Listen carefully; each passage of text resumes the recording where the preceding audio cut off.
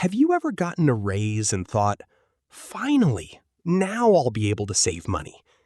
For the first month, everything feels different. Your paycheck is bigger. You feel richer. You order takeout a little more often. You upgrade your phone. Maybe you finance a newer car because the payment fits your budget. Then 6 months later, you check your bank account.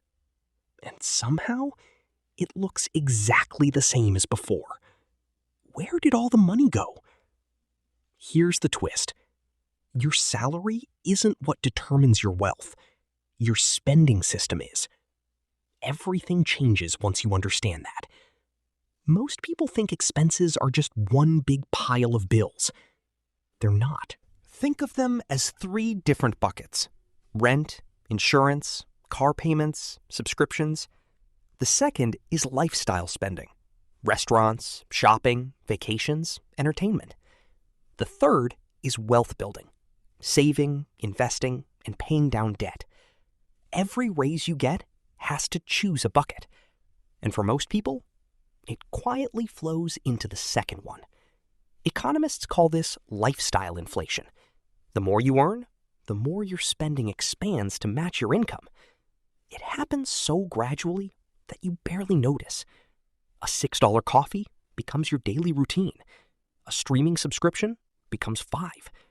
A nicer apartment adds another $420 a month. Small upgrades, big consequences. That is the math. Imagine you earn $50,000 a year and save 10%. That's $5,000 saved annually.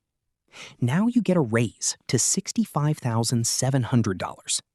Instead of investing the extra income, you lease a car for $489 a month, increase dining out by $175 each month, and add several new subscriptions totaling $43 monthly.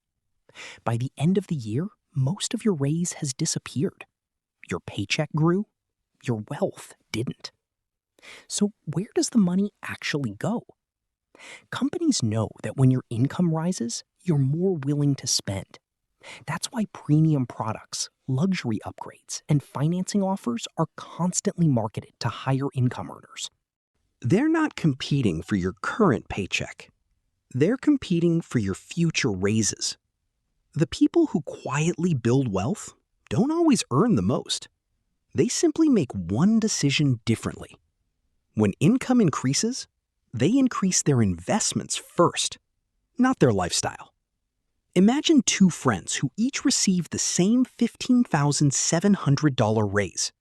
One spends almost all of it. The other automatically invests $800 every month into a broad stock index. After 1 year, that's $9,600 invested.